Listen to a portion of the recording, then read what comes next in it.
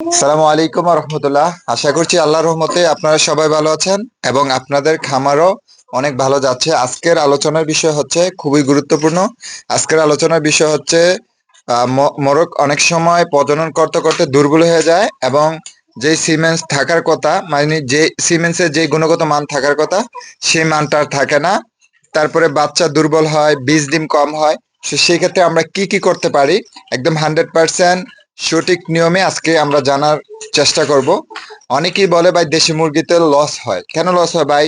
কখনো কি চেষ্টা করেছেন যে জানার জন্য আমার লসটা হয় কোথায়? ধরেন আপনি 20টা মুরগি পালন করেন, সেখানে যদি আপনি 4টা ডিম পান, তো সেক্ষেত্রে তো আপনি লস খেয়ে ফেললেন। মিনিমাম 7 থেকে 8টা প্রতিদিন ডিম পেতেই হবে। শুধু ডিম পাইলেই হইব না, পর্যাপ্ত পরিমাণ বীজ ডিম পেতে হবে। এই ডিম যখন আপনি মেশিনে দিবেন, সেখান থেকে অবশ্যই 85% উপরে হ্যাচিং রেট পেতে হবে। এই সবগুলা কাজ যদি আপনি 100% করতে পারেন, আপনি যদি লাভ করতে না চান, তারপর আপনার লাভ হবে।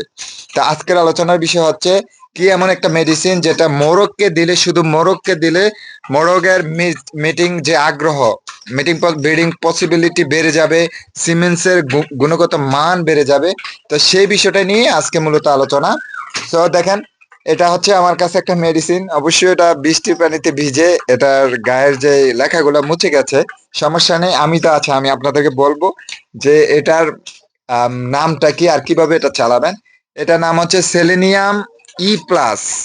Selenium E+।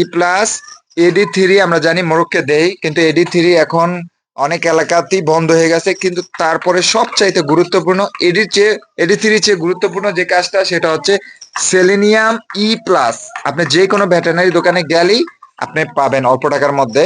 আর এটা চালানোর নিয়ম হচ্ছে খুবই অল্প, মানে হাফ মিলির অর্ধেক। আবার বলতেছি, হাফ মিলির অর্ধেক দিবেন 1 লিটার পানিতে, মানে 1 মিলি দিবেন 4 লিটার পানিতে। এবার বুঝতে পারছেন, 1 মিলি ওষুধ দিবেন 4 লিটার পানিতে। এটা শুধুমাত্র মোরগকে দিবেন, বারবার বলতেছি, এটা শুধুমাত্র মোরগকে দিবেন।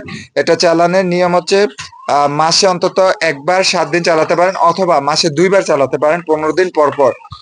সেক্ষেত্রে এই মেডিসিনটা খুবই ভালো। মোরগের আবার সেই শক্তি ফিরিয়ে আনবে, আবার সে মোরগ ভালোভাবে ব্রিডিং করবে, মুরগির সাথে ভালোবাসা বিনিময় করবে। এভাবে কিন্তু আপনি ভালো বীজ ডিম পেতে পারেন অ্যাজ ওয়েল। আপনি ভালো বীজ ডিম পাইলেই কিন্তু বাচ্চার কোয়ালিটি ভালো আসবে, আর বাচ্চার কোয়ালিটি ভালো আসলে আপনি খামারে লাভ করবেন। তো আজকের ভিডিওটা এই পর্যন্তই। ভিডিওটা ভালো লাগলে অবশ্যই ভিডিওতে একটা লাইক দিয়ে দিবেন। সে পর্যন্ত সবাই ভালো থাকবেন। আল্লাহ হাফেজ।